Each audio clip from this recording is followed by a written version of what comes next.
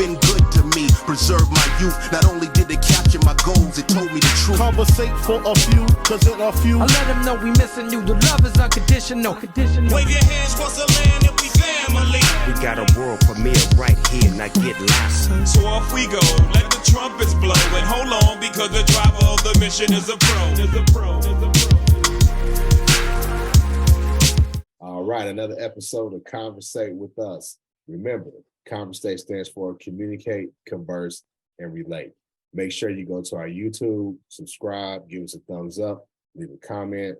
You can go to our iTunes. You can go to Apple Podcasts. You can go to Spotify.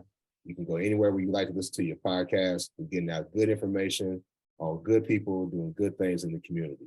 So today, I got a legend from my hometown, Topeka, Kansas, aka Top City, Mr. Curtis Pitts. Curtis, please come on in, my friend. How you doing? I'm good, man. I'm good. I'm so happy to have you on, man. You know, because I've known you since I was a kid. And you have been somebody who has been doing the work in the community, my hometown, Topeka, for a long time. You know, I had a pastor down in Houston, Texas, Dr. Ralph West, and he said, man, you don't go fishing in an aquarium. You got to go out into the ocean. You got to go out into the water if you really want to fish. And you, my friend, you have been in the deep water. You've been in the neighborhoods. You haven't been with the kids who have, you know, the Jack and Jill kids, no shade to them. The kids that got, you know, the parents who are invested in their future and all that. You go into the kids who may or may not be with broken homes, you know, who are in communities afflicted by gangs and drugs, and you were doing the work to help save their lives. So I want to thank you for the work you've done in my hometown. And I want to thank you. Well, you know, one thing I want to say, it's a blessing to be able to be here to do it. And I don't want to, I'd be remiss if I didn't tell people that your family had an amazing influence on me. You know, your mom and dad, you know, your aunt and uncle, you know, the Banks and the Bugs family, you know, they gave me a lot of opportunities to do things and open some doors for me. Most people didn't realize I just left the King Center, and it was quite a undertaking. And as you can see, I apologize. I don't know if you lost me for a second, but yeah, it's been quite an undertaking trying to fill the shoes that, you know, of our elders that came before me. And I'm just glad to be here doing my part. So, man, let's start from the beginning. Where you from, man? Where you from? You know, where were you born at? Where'd you come up? And then how'd you get to Topeka? I'm from the Sarasota, Tampa area in South Florida. I'm the 9th child of 10 children. I came out to Kansas on a football and basketball scholarship to play ball. I left briefly, went and worked at the King Center in Atlanta, and I transferred. Instead of going back to Fort Hays, I came to Topeka because I always had to go back to Atlanta to do programs because I worked for Mrs. King. And when I got to Topeka, I was in such amazement that actually the heart of the civil rights movement is actually in Kansas. And I kept explaining that to her. And she was like, wow, what do you mean? I said, listen, everything that we're laying in footprints, they've already done the work, you know, century before, decades before, whether it be the abolitionists, you know, and the free Kansas, bleeding Kansas. When you see that movie with Denzel in it, you know, about the first colored infantry, that's really the first colored infantry of Kansas. You know, this place just has so much going on from it, from the Azusa Street ministry starting here in Kansas, you know, when the Holy Spirit came down in modern era.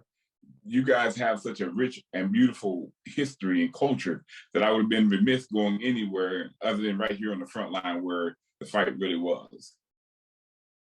Okay, so you got to Topeka, and you came back and you saw the opportunities and, you know, the possibility to make a difference.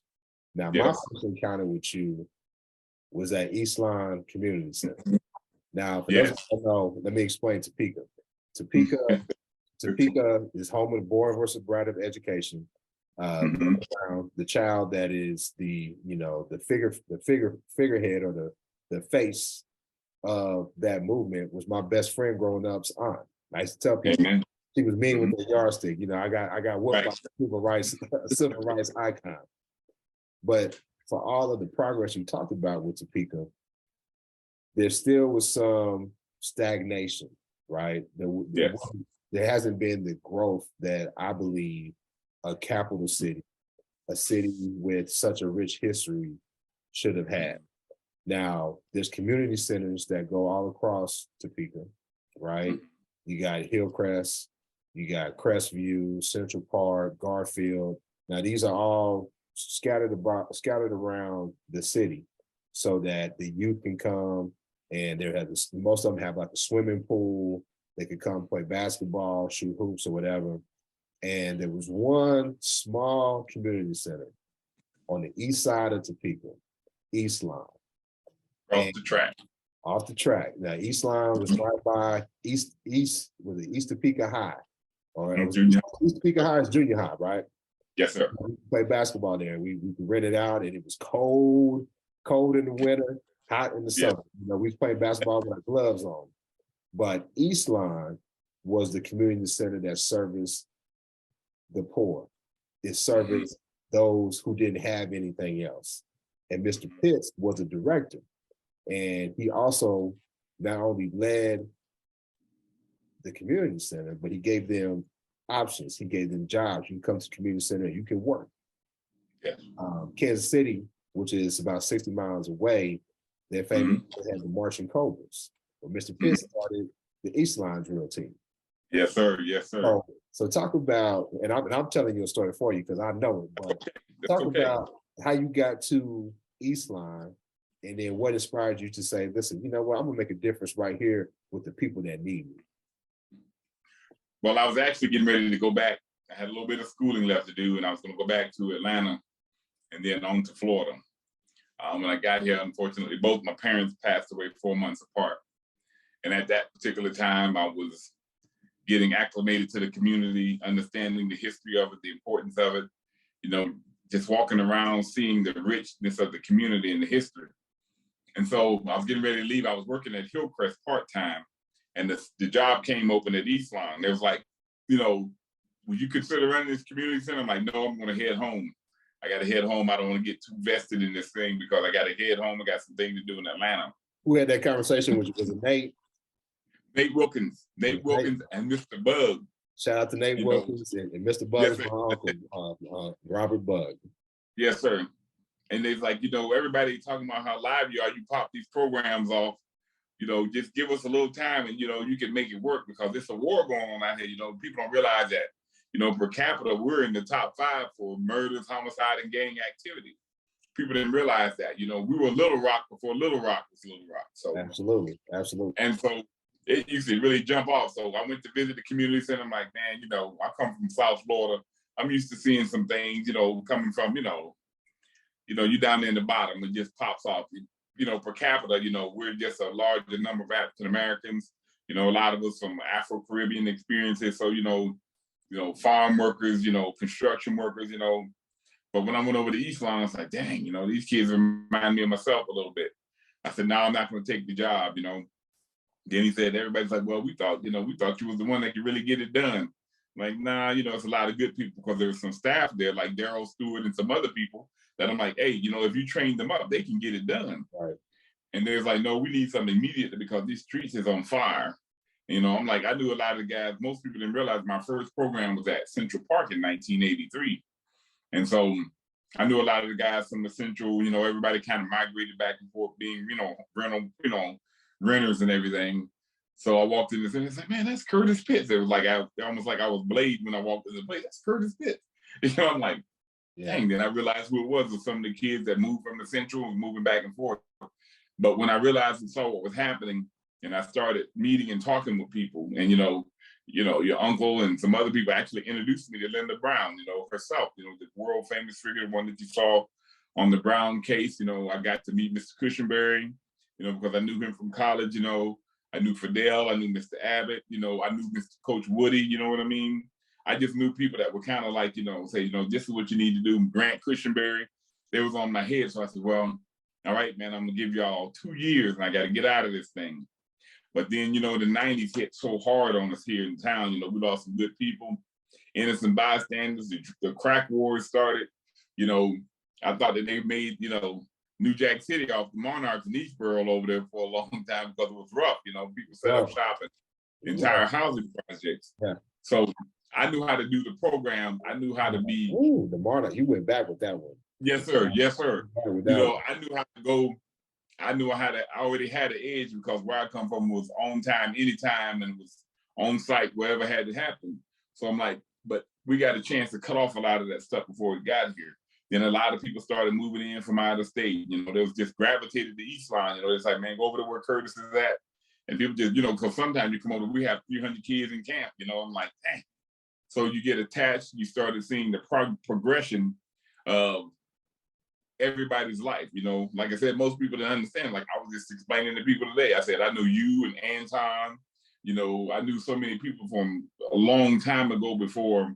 Anton's my cousin, y'all. They say he and I look alike, but yeah, go ahead. Hey, if family is family, you know, it's true, it's true. But you know, it inspired me because at the same time I was meeting Denny Dillard, you know, Osman, you know what I'm saying? I'm meeting everybody, you know, all of the Parks' kids, you know, Gilbert and Gerwin and I'm meeting everybody, you know, I'm like, you know, because wasn't that big of an age difference, but then in reality, you know, it was. You know, I used to crack up. I met Chops at the same time. You know, Frank. You know, Kurt Dahl Jr. And I'm like, I used to feel sorry. Y'all used to have to listen to all my lectures. But the beautiful thing about this whole transition, you know, after I came in 2000, I mean, you know, I got here in 1983. You know, so now I'm at my 40-year mark here. You guys, something about Topeka. It keeps you here. It keeps you here. But the beautiful thing, man, is watching how you guys are transitioning, and I get to see the leadership transition and how it has to happen. And my goal was, for a long time, people stayed in power in Topeka until they was 75, 80 years old. And I said, we're never going to keep our best leaders here if they don't get a chance to lead. And watching the transition in the neighborhoods and in the communities, kids, you know, who had nothing, you know, come to places, and that's what I loved about your family. You know, when I'm with them, they didn't care who I brought with me. They didn't care if the kid was rich or poor. They just got treated well. But the essence of this thing across our nation is, as I travel and I speak a lot more and I offer programs, the key thing is this: it was the greatest laboratory I could ever ask for. You know, when you see, you know, we developed a program called the Moses Project, because if Moses was alive right now, he'd be a felon. But God wouldn't give away his opportunity, his responsibility to be a leader. Wow. And see, in our society, they put all those labels on us. You know, they put us in situations where we didn't have a chance to win. When I came along, they put all the Black kids in special ed. I didn't test out of special ed until I was in 10th grade. And as soon as I got that test and I understood my capabilities, because my generation, we didn't go to the segregated schools. So we didn't have that academic foundation that, you know, the older ones got, being taught by them strong Black teachers and had no mercy. You know, so they warehoused us. So I knew then my plight, my responsibility was to go back and help as many people as I possibly can. And where we're at now in our society is that we have to go back and say that we're who were that talented 10th that went off to college. You understand what I'm saying? When kids came along before us, they wanted to be Kappas, Alphas, Omegas, Sigmas. You understand what I'm saying? Deltas, you know, AKAs, Sigma Gamma Rho, Zetas. Now they replace that with, you know, Crips, Bloods, Vice Lords, and Disciples. So our responsibility, and the thing I'm fighting about now, reopening that Black college here in town, is that we as the talented 10th have to go back and open up gateways to success. I grew up where we had FAMU, Bethune-Cookman, Edward Waters. Everybody wanted to go to school to go be in the band, not to play football. You know what I'm saying? So we're in a position right now in our community. I'm gonna say this and I'm gonna listen for you for a little bit. If we don't assume the role and build everything we need in our community, then we'll perish. We're now so close to being the VCRs and betas of our society. Everything this society doesn't need is discard. If you got a VCR and a beta in your house is so dusty, it's unusable, you can't apply it and put a, you know, set it up and it can't function with the new system. So we discard it. And in our society, we're allowing ourselves to become the betas and VCRs. You understand what I'm saying? When I talk about beta players, people are like, what is that? The thing was so big, it's like you was carrying one of those big old PV speakers from the old days just to move it around your house. Yeah. But if we don't grow our own food in our neighborhoods, if we don't grow our own education in our neighborhoods, if we don't talk about the things that, you know, when people start talking about Black history, to me, I said, it's the simplest thing in the world. When you start talking about Black history, all you got to do is start in Genesis. That's in right. the beginning. There you go. God created. And so when I talk with you and I see you, I get so excited. When I see, Anton, I'm excited. The people like, man, why you? I'm like, you don't know. It was so easy to get sidetracked. And you was always a tough brother. Anton, tough brothers who didn't say, okay, we had it a little bit better, but y'all still were sent in the communities where people who had a little less, and you was expected to do more, to do your part. In our society, we don't do that no more. And that's the reason I'm excited about y'all, because I'm gonna say this, when my white friends send their kids off to agricultural schools, they come back 3 years later and the dad or the grandpa turns the farm over to those ones that's been educated. In our community, we send our kids off to school, but we don't turn anything over to them. We don't turn the community over to them. And that's where I get excited seeing your program. Yeah, man, you talked about a lot. And I tell people about me being from Topeka, Kansas.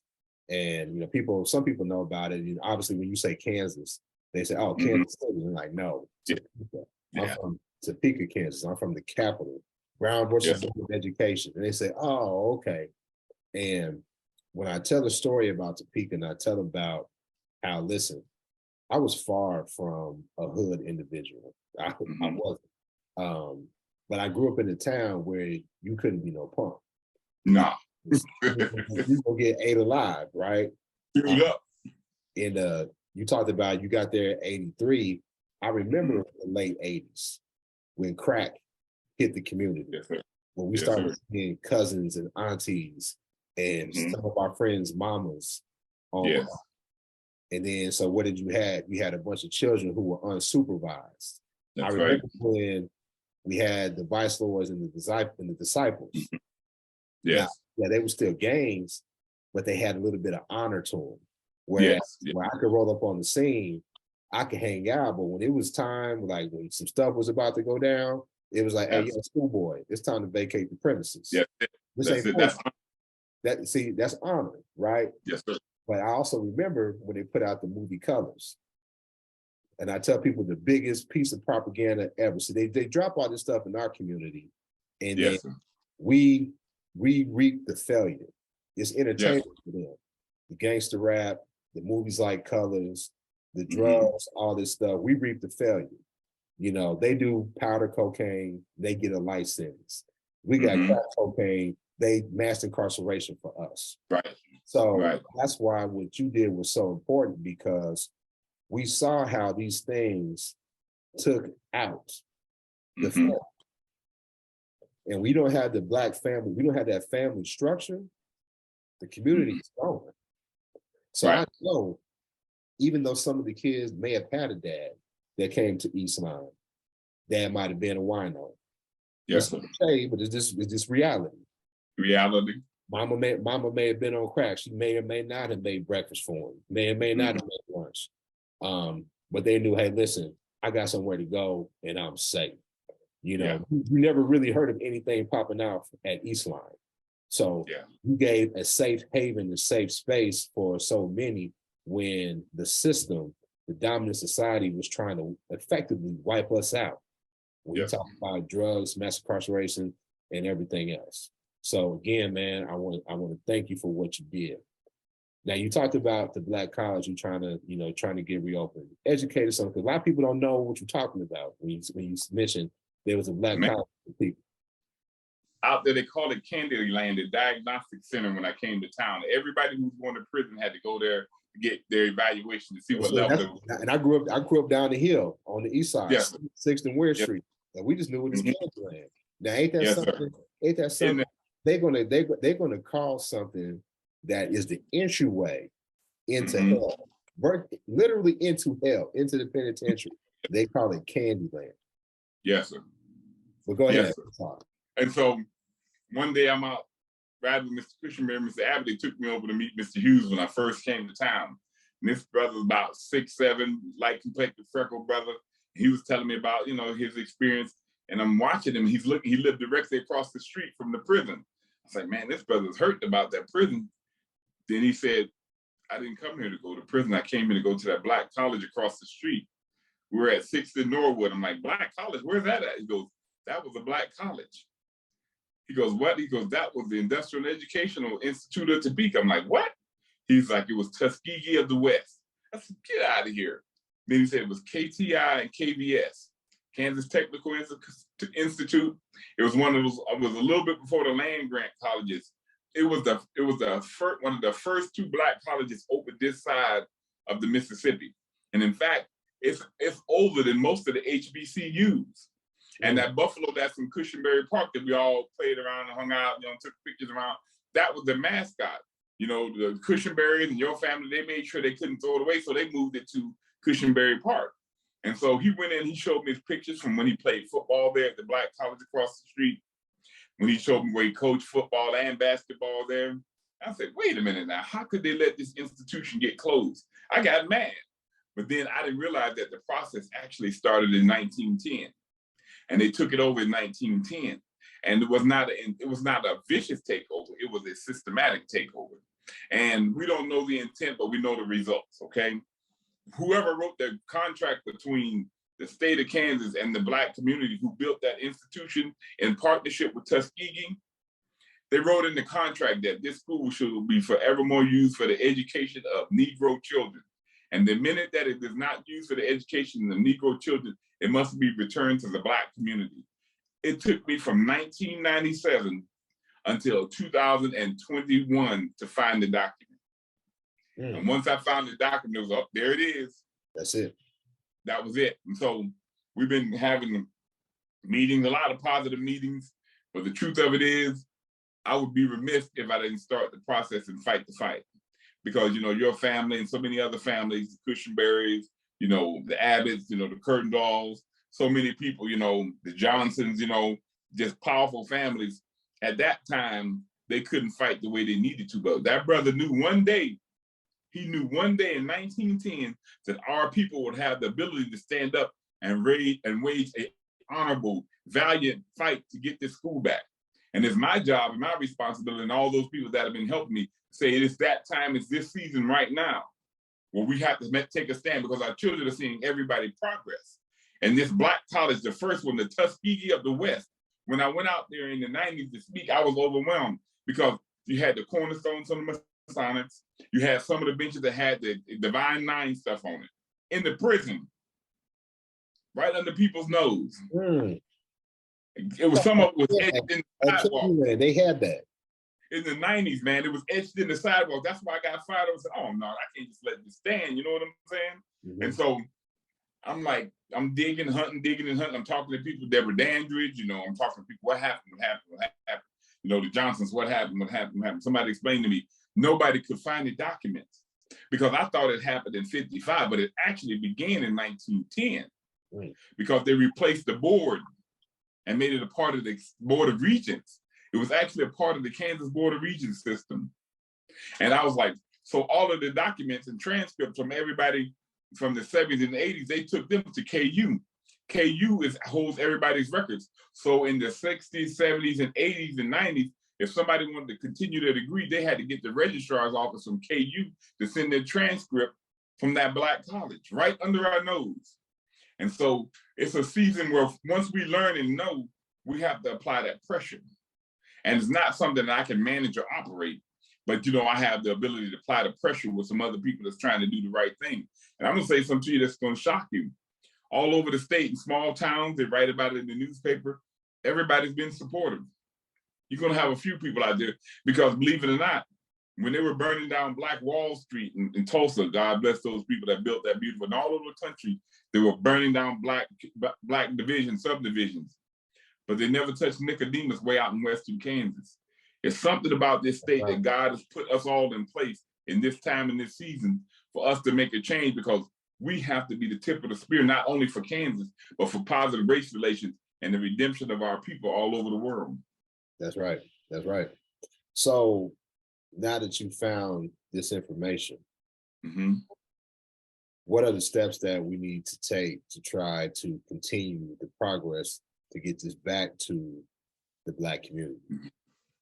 The legislature had to make a decision to return it back to us, because there was 109 acres out there almost. Going down the Deer Tree Crawford Way where the I-70 is, our community. They had their own water supply, their own farm. Everything they needed, they were self-contained out there.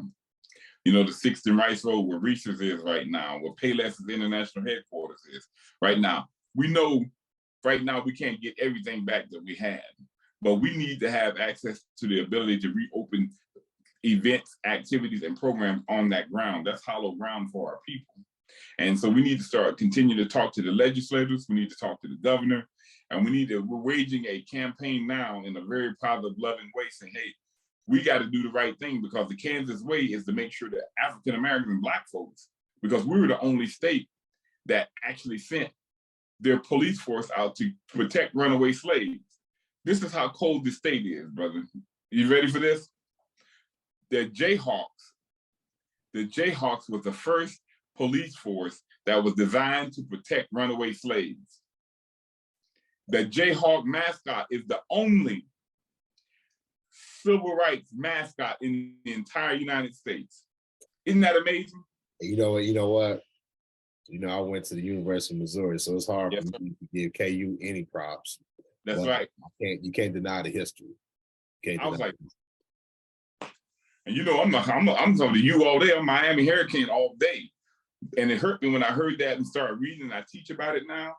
The only police force in the United States designed to protect runaway slaves were the Jayhawks.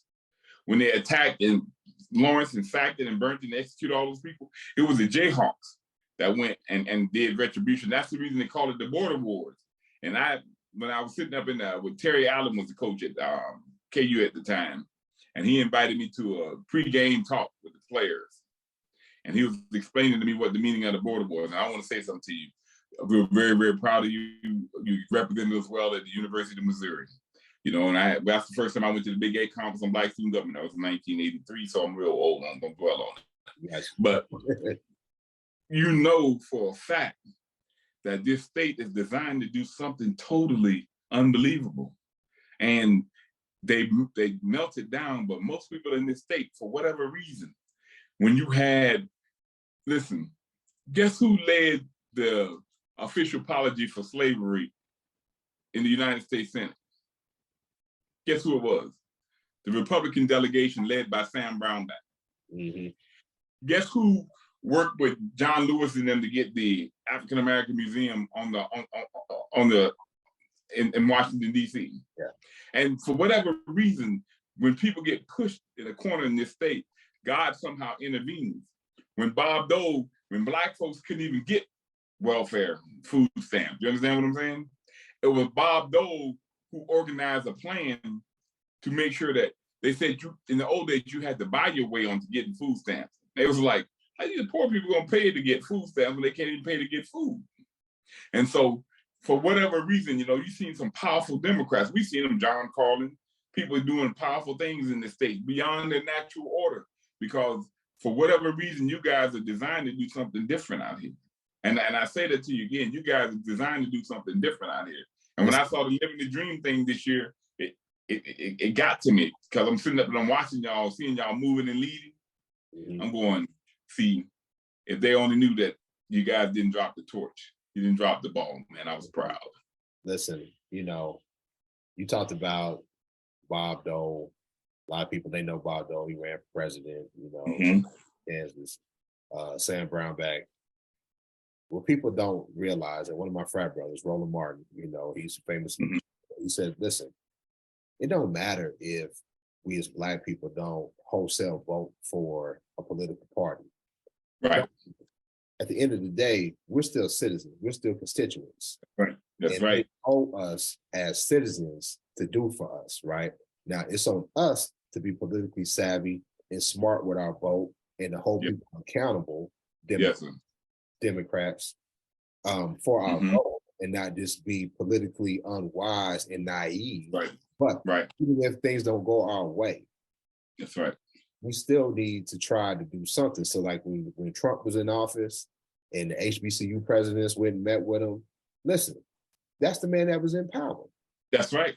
He was in power. So what are you gonna do now? I don't want you to go up there tap dancing and soft shooting and all that stuff, but you go up there like a man, you go up there like a woman, and you say, these are our needs as citizens and constituents of this country. Right. Now, I have a lot of people, college educated friends of mine, powerful, successful people, and they're at a point in their life where they say, listen, man, you know, I'm getting older, it's about time for retirement. Mm-hmm. I'm leaving the country. I'm gonna leave, I'm gonna go to Panama, I'm gonna go to Colombia, I'm gonna go where I can go where I can stretch my money and be comfortable. And you know what my Right. answer to them is every time they bring that up, I said, you go ahead and go. But I'm not leaving this land Mm-mm. till I get what's owed to me. That's right. That land in Topeka till we get reparations. I'm Mhm. not going. Correct. I don't represent the red, the black, and the green, even though that's for my shows and everything else. Right. I'm red, white, Right. and blue. You know why? Because my people, your Yes. people, we Yes, sir. built this country, Yes, sir. we built this land. That's So right. yeah, we got to hold them accountable, man. And I appreciate what you're doing. I hope people watch this, because the thing about Topeka that always broke my heart was not only was it economically depressed for many of us and the Black community in Topeka, not everybody, but for many of us, it was. But once that economic depression came and the drugs came in, the gangs came in, the will and the ambition of so many just left. Yes. So you have folks like myself who's like, listen, man, I gotta go. Yeah. Go somewhere else. I gotta grow. I gotta mature. I gotta, you know, be uncomfortable. And when I left Topeka, man, it wasn't always rosy. It wasn't always easy. I showed up in different places, looking like a country bumpkin, not knowing how to comport myself in different things. And thankfully, there was people that took me in and taught me how to do it. But to your point, now it's time for us to come back. Yes, sir. Lessons to those who didn't leave. Not shaming them, not saying I'm better than them or anything like that. But listen, we don't win when just a few of us win. We win when we all win. That's right. And this individualistic mindset that this country has put into us, that's never how we've been. That's never how we've achieved anything. So I'm so thankful that you put this out here, because you talked about the Buffalo in Cushionberry Park. You know how many times I drove past that thing and had no idea why they got a damn buffalo sitting here in this park. Yeah. Yeah. And I imagine there's so many other young Black men, young Black women that had no idea either, because it definitely wasn't taught to us in the school book. No. And I always tell people, the first place that we should learn Black history should be home. And to be honest, the elders, your parents' parents, they didn't know what happened. Just to be honest, it was just hidden right in front of them. Right. And nobody really understood what happened. Just boom, 1955, schools closed.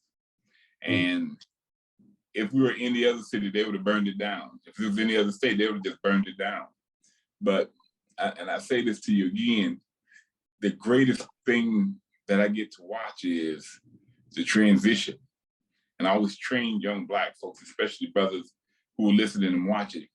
See, when we were kids, we used to eat at the kids' table. When we became men, we went to the grown-ups table. And we didn't understand as kids that the way you got to the grown-ups table was about what you brought to the table. And see, not only do you have to come to the grown-up table, now y'all brothers got to lead the table. So I had to tell them, brother, I said, you know, I'm so sorry about your dad. I'm sorry about your loss. But you get there and you keep that family reunion going. You keep that gathering going. You keep that communication going. And the person asked me one simple thing one time. He says, who are you loyal to? God first, my family, my community. And like you, I'm loyal to this nation, because it's not like we're strangers or orphans. The blood of the land is us. Most people don't realize that everybody else was migrational. They moved with the animals. When we came here, that's when they started farming and irrigating. They don't want to talk about it because they don't want you to understand the context of who you are. We're not trying to say we're better than or more important than. We just saying for a fact we were here first, and we got to do God's will. Not only were we first, that's right. A debt is owed. My father, Marvin Nelson Banks Sr., his older brother, Ed Jr. Banks, they fought in Korea. They fought in Korea when they weren't even full citizens. That's right. You don't get more patriotic than that. No. You're fighting for a country that don't even recognize you as a full citizen. So there's a debt owed. There's a debt owed to Black people in Sarasota, Florida, That's right. Topeka, Kansas, Dallas, Texas, where I'm at, all Mhm. over this country. And it's up for us to keep that fight going.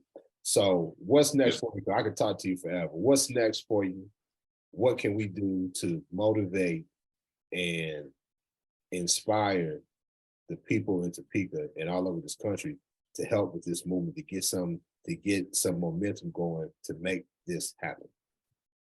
We just got to keep getting the word out, and saying we need to have Zoom meetings like this where you're just talking to different people about it, and you got credentials. You understand what I'm saying? Y'all didn't get to sit out. Y'all had to help with the Living the Dream program. Y'all had to help in the community and all those scholarships they gave away. So y'all got credentials, y'all got legs, you got history. And so we got to keep calling the legislators, our legislators, other legislators. We got to call the governor's office and we got to say, this means something to us. And when they ran that story in the newspaper, it shocked everybody. When the Cap Journal came out to support it, they was like, whoa, because they saw them documents and they know right is right. Like I believe that, they should return the Native Americans' land to them. They need to return our land to us. And most people don't realize that out in Hayes, Kansas, there's a large Buffalo Soldier outpost out there. And people are like, wait a minute, this state is so amazing that we have to press and educate. I'm going to email you some documents. I'm going to ask you to throw them up on your website, shoot them out to people. But, start having gatherings and talking with people. Say, hey, what do we need to be? What can I do? Can I set up a meeting? What day can I go up at the Capitol and pass out cards and shake people's hands and say, this means something to us. Let's do it the Kansas way and return this property to the Black community. It's not we're asking you to give us something. We're just asking you to give something back to a part of the Kansas family that someone took when it should be returned back to your family. It's an heirloom.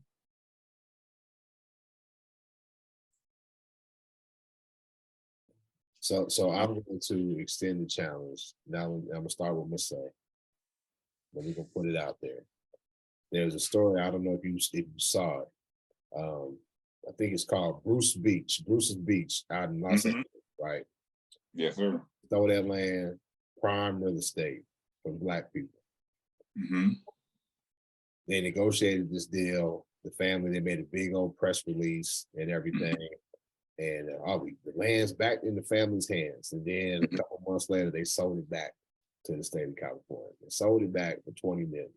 Now, if you look at this land and you saw all the residential property around and you saw there was that, $20 million wasn't nothing. It wasn't nothing. But this is how the system works. So you said it was a systematic takeover. When they said we go back to you, but if you want us to take it off your hands, the most we're gonna pay is $20 million. So that's what happened, right? So why pull this okie doke and try to say, listen, we giving this land back, when really, just say you took the money and you're just gonna move on, right? So the challenge for us is to get those leaders, those who are politically savvy that can organize these legislative, like, listen, we're gonna have a march on the Capitol. And we all gonna sit there and say, listen, this is what we need, this is the vote that we want, this is what we expect. But we also gotta be ready for when they say, okay, it's yours. We need those of us who know who gonna take care of the land. Yes, sir. Who gonna mow the yard? Who's gonna mow all those acres, right? Who's gonna do the upkeep? Where's the capital gonna come to pay for it? Now, I'm not saying that to say, listen, be discouraged. I'm just saying this is gonna happen, and we need to be prepared. Got to be prepared. We need to be prepared. And I have never, everywhere at the state capitol, I've heard positive comments from both sides of the aisle, Democrats and Republicans. And like you said, we have to be prepared. And the thing that's more important than the land is, we have to be prepared to open that school regardless of whether they give it back to us or not. Right. Because that's when our kids are safe. For a long time, y'all wasn't about us, but right now, y'all really about us. So we got to open that school back up regardless. Yes, and so that's the key component to it.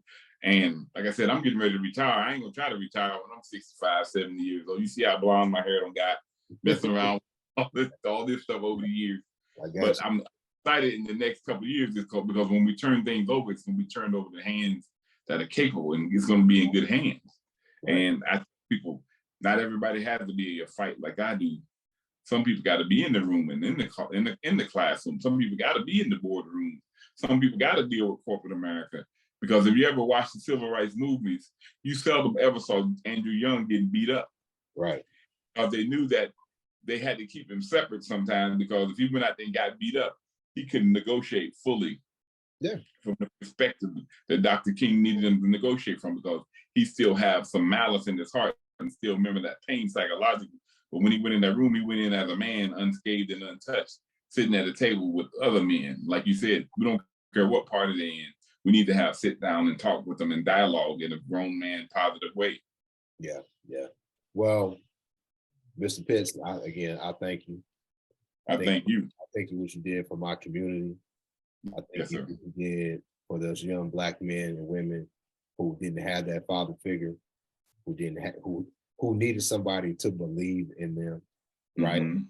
Be like, listen, you may not have as much, but you were still just as good. Yes, sir. You don't have as much, but you still just as good, and you are worth something. You are valuable, and they got that because of you. When the city of Topeka didn't believe in them, they always knew that they had you, right? They had Daryl. They had everybody that invested their time at the Klein Community Center in the middle of the hood with the kids that nobody else wanted to deal with. Mm-hmm. But nobody else want them kids in their program, but you took them on, and we thank you. I appreciate you. I appreciate what you're doing. I'm here for you. We're gonna put it on, as much as we can to promote, to make sure that this happens. And I'm glad I got a chance to talk to you and have you on the show, man. I love you and I appreciate you. Love you. I just want to make one thing clear though, as God blesses us. Every Friday, whatever they gave to Mr. Woody at the Boys and Girls Club, he would bring half of it to me to give to the kids. At down, he'd be right there. And most people are like, man, this East Lawn versus the Boys and Girls Club. I'm like, no, it's not. You look out there, you remember he had that old panel station wagon. You see him bringing boxes of chips, boxes of candy, T-shirts, football, flag football stuff. He's like, give this to the kids, give this to, we'll be out in the park. He'd pull up there and like start unloading stuff here, give this to the kids. And so people didn't understand the relationship that I had with people around the city who made it possible for me to fight and be strong. Man, shout out to Coach Woody at the Boys and Girls Club, because listen. Now East Line, we could go hoop at the different community centers, right? Yes, sir. Now you might be able to make it at Hillcrest or Crestview. You come to the East Line, you know what I'm saying? Listen, it's no blood, no foul. No blood, no foul. You might have to squabble, you know what I'm saying? You want your foul. But if you was at the Boys and Girls Club with Coach Woody in there, you definitely was gonna have to squabble for your foul. Oh yeah. Yeah, for sure. So beautiful place. Shout out to Coach Woody. Yes, sir. I appreciate y'all. Listen, make sure y'all share this episode. If you from Top City, you from Topeka, you from Kansas. This is February Black History Month. This show needs to be shared. We need to have as much attention to this movement as possible. Again, thank you, Coach, for coming on the show. Make sure y'all subscribe. Make sure y'all like, give some thumbs up, and leave a comment. And we'll holler at you next time. Peace. God bless.